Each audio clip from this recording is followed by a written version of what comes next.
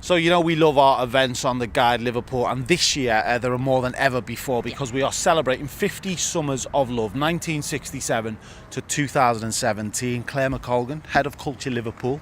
This is really exciting because I wasn't about during the Summer of Love, neither were you. No. It's good to experience what it was like back then, because my mum and dad talk about 1967 and obviously the Beatles' Sgt. Pepper's album. Tell us why you guys are doing this. Well, because it was just a real moment in Liverpool and the world's history. You know, it's 50 years ago, it's 50 years since Sgt. Pepper's, it's also 50 years since the decriminalisation of homosexuality, it's 50 years since the Metropolitan Cathedral was built. Wow. There's a huge amount of history that's happened not just 50 years ago, but in the 50 years, summers following it, that we want to really celebrate this year. And we're kind of linking up all the big events that we normally have, adding a few more, and they've all got this theme running through, which is going to be special. It is going to be special. We all need a bit of love at the moment. I think that what's great about it is all the creators in the city, over 60 organisations, have taken this theme to their hearts and are really doing something quite incredible around it. And really very diverse stuff. So Lymph is going to do a whole new load of commissioning, and the music festival around Summers of Love, Sound City's doing some absolutely brilliant work.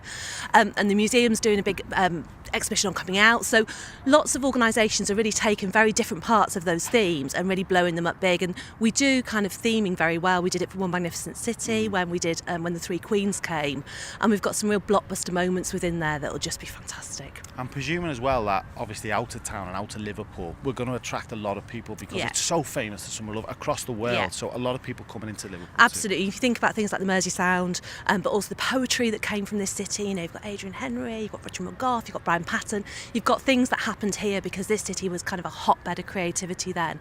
And what we're really trying to showcase here was a hotbed of creativity in 1967, but actually it is now, and that distance in between those 50 years and what's happened to this beautiful place. And I think what it will really do is, for lots of the work that we're commissioning this year, it's taken a different slant on it. So it's not going back to the 50s or 60s, it's not going back to the 60s, it's actually about taking some of those themes and really showcasing them in where we are now in the world. So how it's kind of evolved exactly, and moved on since then. Let's talk about some of the events. So Lymph, you mentioned, they've got a theme, Remember the Times. Can you tell us a bit more about that? There'll be a whole series of commissions that kind of take different pots of the 60s, 70s, 80s, working with artists. We're just confirming artists now, again in Sefton Park, you know, a great place to kind of sit, have a picnic and enjoy the event. And a real moment for Lymph, actually, because I think it's been 5 years now since we started it, and it's really kind of it's part of the city's consciousness, and it'll be a brilliant thing over that time. Okay, the Rock and Roll Marathon. This is a perfect event to kind of showcase that music, that Mersey sound as well. It does, and also it brings sport in, you know, so it kind of connects those two kind of worlds really, really well. And I think this city, the reason why Rock and Roll Marathon came here was because of the musical heritage of this city. And what this year will do is show that to and because it's so international, it brings runners from all over the world. Liverpool Pride, obviously, that will play a massive part in this, I'm presuming. Yeah, of course.